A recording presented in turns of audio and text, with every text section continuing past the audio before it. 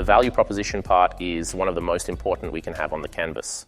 We were talking about customers before. Now we see Netflix's value proposition, which, as we know, tells entertainment 24/7. Netflix allows us to have, with ease, a quantity of content that was practically impossible to find before. Therefore, ease of use is certainly one of the most important assets for Netflix. Netflix not only offers us series, but a vision in high definition as well. Consider how Netflix can be different from other channels from where we can download movies, but of low quality. While on Netflix we have high definition, if we use a TV, we notice a very obvious difference. On Netflix, we also have the possibility of having unlimited access. Netflix's license for a single movie remains, so we can see it today, tomorrow, or in the next few days. Unlike TV, for example, it certainly gives us extra space. We also have the opportunity to try Netflix, considering that as a value proposition, there may also be commercial strategies. In this case, Netflix tells us that if we are not convinced of the purchase, we can still try it. In other cases, some competitors do not allow it because we must pay immediately. So consider that these are all very important factors to define why competitors are different. And last but not least, there are no commercials on Netflix. It's another thing that differentiates it, for example, from Amazon Prime.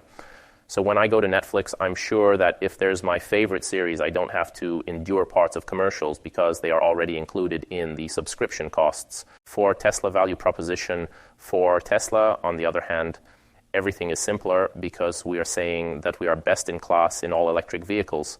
We are already telling a lot of things. We are saying that we are in the automotive industry, that the customers are car enthusiasts and the cars are fully electric and not hybrid like those of the competition. In conclusion, we at Tesla are different because we are proposing ourselves as a more interesting and more innovative reality. So also consider the words you can use on this part. Saying that you are best in class is definitely a great business card. Consider also that Tesla already talks about solar energy. That is, it is also connected with the world of solar energy. So it's not just a reality that deals with batteries or electricity, but also with solar energy. There are some very promising aspects to customer relations. For example, if I'm passionate about sustainability, maybe I want to make sure that sustainability covers all the moments of my life, and therefore I'm also interested in this type of topic.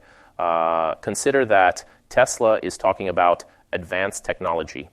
If we compare the information we can find, we know that Tesla has something more than the market competition. If we talk about Facebook, if we have used it in the past, here is a list of Facebook's features. For example, we can catch up with friends we had lost sight of. Facebook became very famous because people finally had a way to get back in touch with other people they may not have seen in years. This specific characteristic is one of the value propositions because it is undoubtedly something that is very relevant for some user segments. Equally, the ability to share photos is very important for the same reason we said. If I'm someone who is interested in sharing photos with my friends, Facebook is a platform where I can upload photos and where I can also find resources that are useful to me. The reasons why people use Facebook can be very different. If we run a platform, we have to try to understand why there are people who use it and how it can be improved. Obviously, Facebook is also used for business by people who know that they will be able to find customers there, or by influencers who use it because it is a very simple tool in which they can directly put information and have an incredible user base rather than perhaps putting the same content on other platforms or on their own site.